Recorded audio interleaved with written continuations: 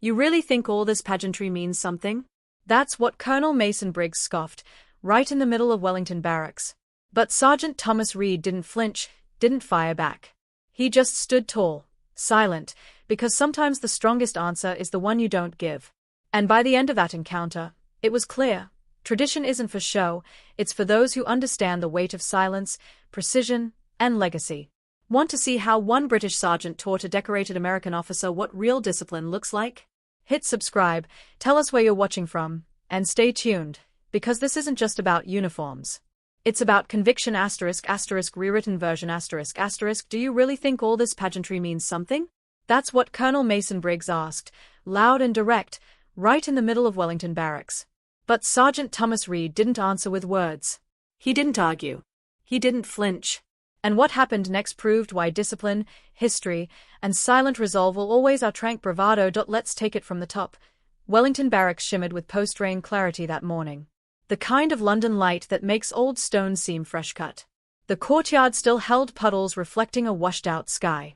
By 0800, the guards were already moving in that timeless rhythm, boots on stone, orders sharp and clean, just like they've done for generations. But that morning carried a different kind of weight. The kind that settles in before a storm breaks.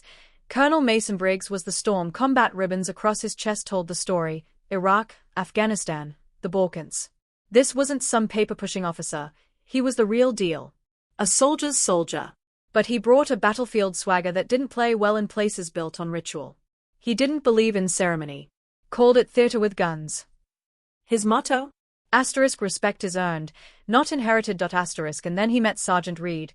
Reed looked like he'd stepped off a recruiting poster, tall, immovable, draped in dress blues that seemed sculpted onto him. But that wasn't what made him stand out. It was the calm. A deep, unshakable presence. The kind that doesn't need to raise its voice to be heard. Reed came from a lineage of warfighters.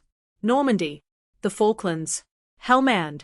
He carried scars, yes, but also the quiet dignity of someone who's seen enough to know when not to speak. Briggs scoffed. Hope she appreciates all the ironing. Looks like your arm's made of starch. Reed didn't blink. Just kept walking. Briggs pushed harder. No speaking? No smiling? No thinking. Still nothing. He jabbed again. Ever carry a real weapon, or is that bayonet for the tourists? Reed's eyes flicked toward him for half a second. Just enough to register. Just enough to remind Briggs who he was dealing with. Inside the officers' gallery, Briggs scoffed at the portraits. Nice brush strokes. Ever been in anything like that? I served 2 tours in Helmand. Lost 3 men in a single afternoon, Reed said. Even Briggs barely paused. And now you hold rifles like props. Bit of a come down, isn't it? No job is beneath a soldier, Reed replied. That landed. Briggs bristled. You really think all this, marching, silence, polished buttons, matters? Reed looked him square in the eye. It does. To the families watching. To the nations we host. To the soldiers buried without fanfare. Something shifted in Briggs. He didn't admit it. But he heard it the next day. The drill square lit up under a break in the clouds. Guards in formation moved with terrifying precision. Rifles rising in arcs, boots striking stone in unison. It wasn't performance. It was poetry. At the center was Reed. Commanding, not by force, but presence. After 10 minutes of flawless execution, he barked, "Company, halt." Everything stopped. Reed marched up to Briggs, saluted. No bravado. No smile. Briggs muttered. Impressive choreography. But would you hold formation under fire? Reed didn't flinch. We already have. Afghanistan. Bosnia. Iraq. Briggs gestured to the still frozen men. And this prepares them? No, sir, Reed said. That prepares them for this. Ceremony. Stillness. Standing for hours under weight and scrutiny, ignoring pain and ego. That kind of restraint doesn't come from showmanship. It comes from purpose. For the first time, Briggs didn't have a retort. Just silence. Later, in the mess hall, Briggs tried again. Theatrics? Vanity? Performance? Reed met him with quiet steel. Our discipline isn't spectacle. It's for those we serve. Briggs pushed. What if I called your name during parade?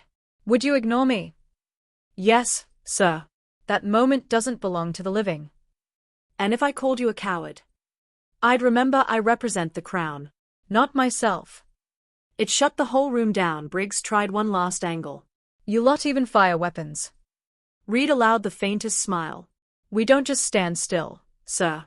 We aim still, too. The next morning, the rain returned hard. The kind that pounds windows and floods stone. A message came. Asterisk Colonel Mason Briggs will walk alongside the Coldstream Guard today, per diplomatic protocol. If he addresses you directly, you are to offer visual acknowledgement. Asterisk Reed read it twice, folded it, and went back to checking rifles later. As they marched out under grey skies, tourists crowded the gates, phones raised. Music swelled. Boots thundered. Briggs walked alongside, trench coat slick with rain, trying to keep pace. Slightly offbeat. Watching. As they passed a memorial, Briggs leaned in. Let's see if protocol's stronger than pride, Sergeant. Reed didn't break stride. Didn't turn his head. I'm speaking to you, soldier. Silence. Formation held. Behind the gates, a phone rose. A veteran saluted. Reed's salute back was flawless. Back at barracks, Reed was summoned. I received the directive, he told the adjutant. And I chose not to acknowledge. It contradicted ceremonial code. The officer leaned back. Briggs filed a complaint.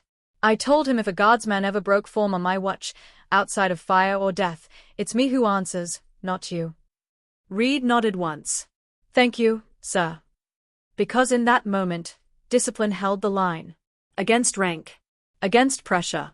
Against ego. Unbroken. 3 days later, different scene entirely. Sun's out, shadows stretching across Wellington barracks like long fingers, parade grounds empty, but tension clings thick as soup in the officer's wing. Inside a small conference room, Sergeant Reed stands across from the adjutant, a civilian from diplomatic protocol, and Colonel Mason Briggs, who looks different now, just a square-jawed officer in dress uniform, arms folded, jaw tight. You're not under investigation, the adjutant says. You're here to clarify. Briggs steps in, voice sharp. I've seen proud uniforms before, but yours mistakes silence for strength. Reed doesn't blink. And yours mistakes noise for authority. The room freezes, civilian alarmed, adjutant impassive. Briggs presses, accusing Reed of disrespecting a diplomatic moment. Reed fires back that he upheld ceremonial doctrine, reminding the colonel this wasn't a battlefield, but a protected tradition. That silence wasn't for you, Reed says. It was for the men who never came home. Briggs pushes. He could have nodded, blinked, moved his eyes. Reed's voice drops. If I had, what we stand for would mean less. And I won't dish in a thousands buried beneath our flag just to soothe a visiting ego. Silence. Then the adjutant cuts through. Sergeant Reed did not break formation, did not disobey an order, did not disrespect anyone. He followed duty to the letter. Briggs, finally, gives a tight nod. I misjudged the meaning of that silence. Reed gives only the faintest inclination. A lot of people do, sir. Briggs pauses at the door. You really believe the uniform matters that much? Reed meets his eyes.